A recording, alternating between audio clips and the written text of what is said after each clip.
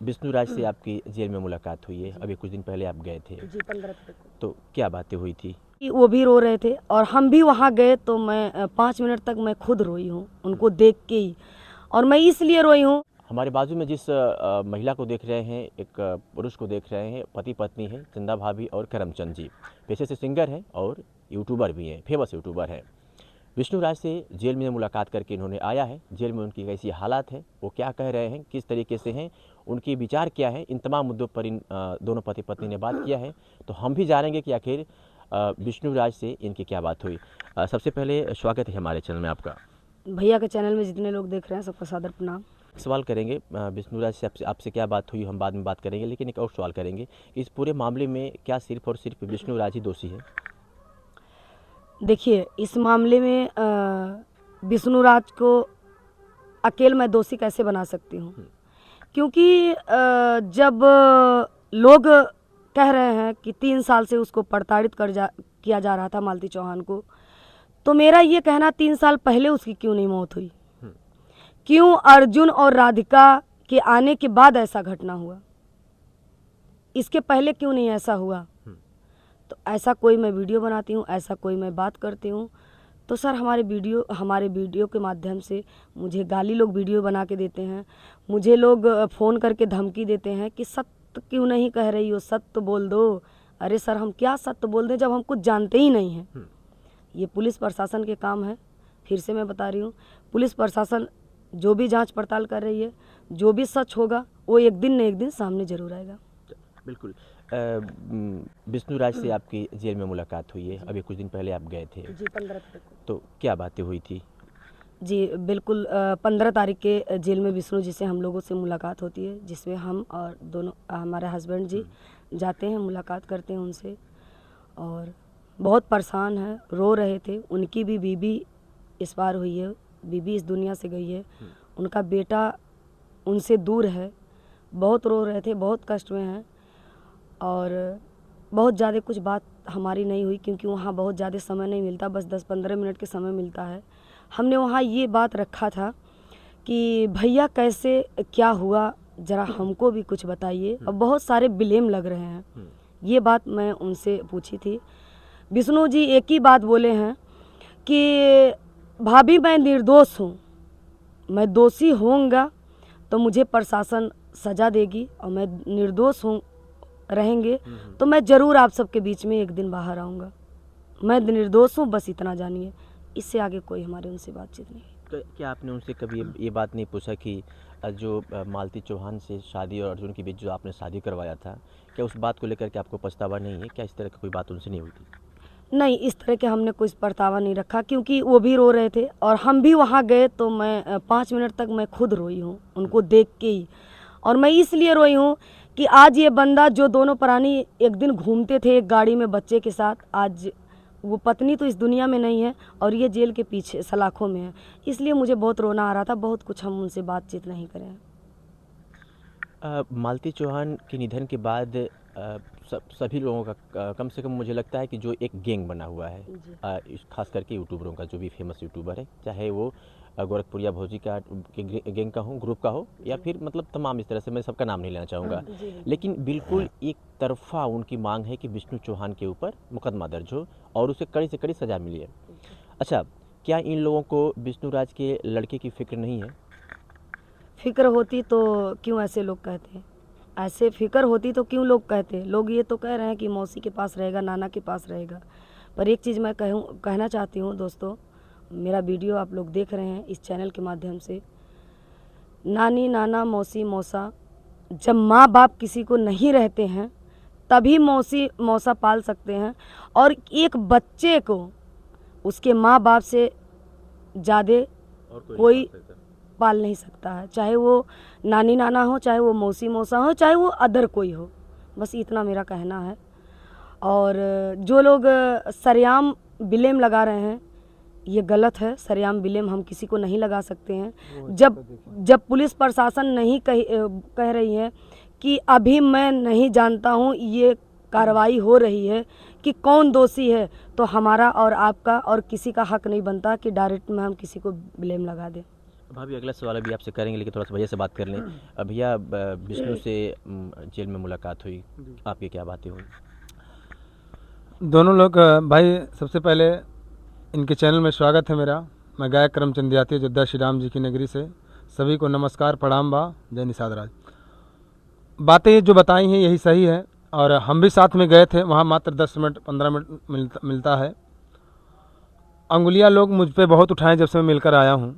बहुत सारी धमकियाँ, बहुत सारे मेरे पास फ़ोन आया है, और बता रहा हूँ, बहुत सारे फ़ोन आया है। आप क्यों गए थे एक दोषी के पास, एक क्रिमिनल के पास जो अपने पति को मार डाला? तमाम ऐसे मेरे पास फ़ोन आ रहे हैं पत्नी को। देखिए, मैं ये नहीं जानता हूँ कि कौन भाभी जी को मारा है, मुझे ये मालूम नहीं है। वीडियो के माध्यम से जो बताया जा रहा है वही लोग जान रहे हैं, और मैं कह नहीं सकता हूँ कि विष्णु दोषी हैं, कि अर्जुन दोषी हैं, कि राधिका दोषी हैं। वो प्रशासन का विषय का जांच है, और वो जांच करके खुद ही बताएंगे। जब अभी तक पुलिस नहीं बता पाई है तो हम कैसे बता सकते हैं।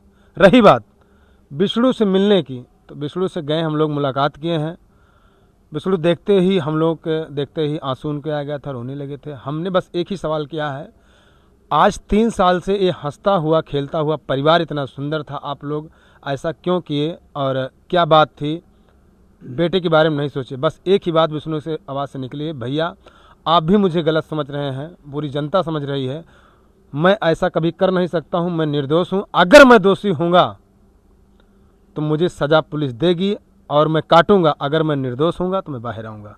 और मैं भी ये कहता हूँ कि मालती जी को न्याय मिलना चाहिए, विष्णु जी को न्याय मिलना चाहिए, विष्णु की पत्नी को न्याय मिलना चाहिए, और विष्णु के बच्चे को न्याय मिलना चाहिए, और अर्जुन को भी न्याय मिलना चाहिए, क्योंकि उस पर भी आरोप लग रहे हैं। क्या ये सच है या गलत है? तो दोस्तों, यही हमारी उनकी बात हुई है, ज़्यादा मेरी बात भी नहीं हुई है। और बस यही है, मैं भी कहता हूँ अगर विष्णु दोषी होंगे तो उनको सज़ा मिलनी चाहिए, अगर निर्दोष है तो बाहर आना चाहिए, क्योंकि एक बच्चे का सवाल है, बच्चे का भविष्य देखना है। बिल्कुल। भैया एक बात जानना चाहेंगे, जैसे अनुभव भी आपका कुछ ज़्यादा हो गया इस दुनिया में, कम से कम 40 प्लस ही होंगे मेरे हिसाब से, तो कुछ तो अनुभव होगा ही आपके पास।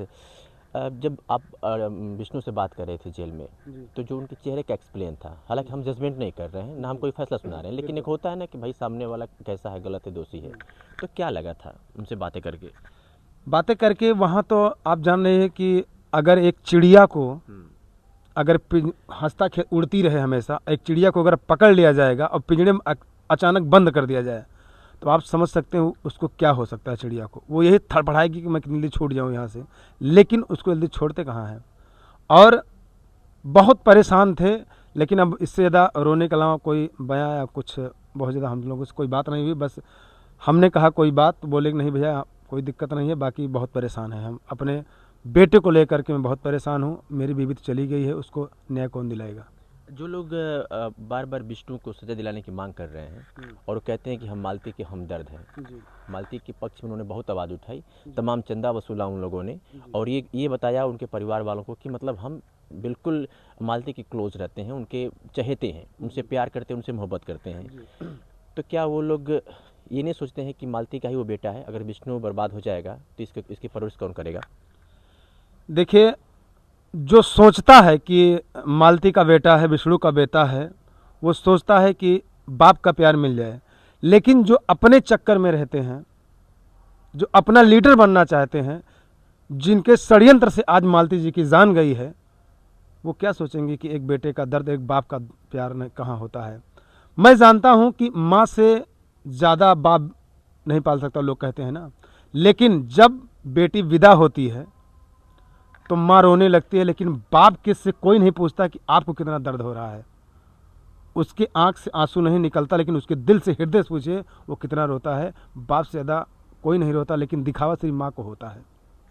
भाभी, अगर आप कभी किसी गरीब का सहारा बनने जाती हैं, या फिर किसी की मदद करती हैं, चाहे वो भोजन हो, चाहे पैसे हो, चाहे रुपये हो, और आप उसे उसकी विषम परिस्थितियों में उसका सहायताकार बनती हैं कि नहीं मुझे इसकी सहायता करनी चाहिए, तो क्या उस एक्टिविटी को कैमरे में कैद करके लोगों को बताना ज़रूरी होता है? नहीं, बिल्कुल गलत है।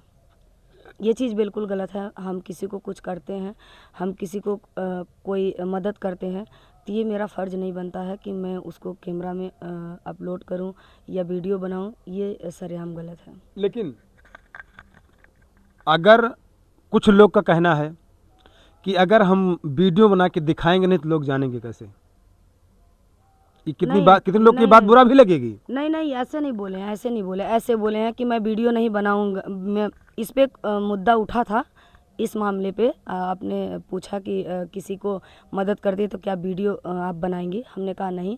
इस पे भी वीडियो बना था, मुद्दा उठा था, मैं किसी का नाम नहीं लेना चाहती हूँ। उस पर भी अगले का जवाब आता है, मैं वीडियो नहीं बनाऊंगी तो क्या खर्चा आपके बाप देगा। जो जिस तरीके से वो लोग जिस तरीके से वो बात करते हैं, हम नाम नहीं लेंगे लेकिन जानते हैं हम किसकी बात कर रहे हैं। जिस तरीके से उनका लहजा होता है पत्रकारों के प्रति बात करने का और लोगों की तरह का जवाब देने का, हम रोज़ वो काम करते हैं। लेकिन ऐसे मौके पे यानी आपदा को अवसर बनाना सही है? नहीं, गलत है, सरेआम गलत है। पर कोई मानेगा थोड़ी ना। आप गलत हो जाएंगे, हम गलत हो जाएंगे, अगला गलत हो जाएगा, पर वो इंसान गलत नहीं होगा। मानवता क्या कहती है? अब मानवता क्या कहती है भैया, मानवता सब लोग सब जानते हैं, पर उस मानवता को वो नहीं मानेंगे, अगला नहीं मानता है। और न कभी हमारे ख्याल से वो कभी मानने के लिए समर्थन भी नहीं होगा, हमें जहाँ तक उम्मीद लगती है। जब विष्णु और मालती और अर्जुन को लेकर के जब ये प्रोपेगेंडा फैला हुआ था, तो मालती उस वक्त सारी बातें उस महिला से शेयर करती थी, जो सीक्रेट बातें होती थी, और वो महिला उस बात को रिकॉर्ड करके सोशल मीडिया पे शेयर करती थी। कहीं ना कहीं इस मामले में ये भी आग लगाने का काम किया है। बिल्कुल ना किया। मालती की सारी एक्टिविटी को ये समझा बंदा और उसके बाद से उसके साथ शादी कराया, तमाम इस तरह की बातें हुई। तो क्या माना जाए कि बढ़ावा उधर से भी मिला है? बिल्कुल बढ़ावा मिला है। इस पे भी मेरा एक्शन था। तो एक्शन ये था कि मैं भी किसी के आवाज़ रिकॉर्ड करके वीडियो बनाई थी। तो उधर से जवाब आता है कि आपके कौन हक दिया है कि आप किसी को आवाज़ सोशल मीडिया पर डाल सकती हैं, इस पे कानूनी कार्रवाई हो सकती है। तो क्या उनके पे कानूनी कार्रवाई नहीं हो सकती है? हम पे हो सकती है तो उन पे भी हो सकती है। पर भैया ये इसमें बहुत घाल मेल है, अभी तक घाल मेल ये समझ में नहीं आ रहा। हो सकता है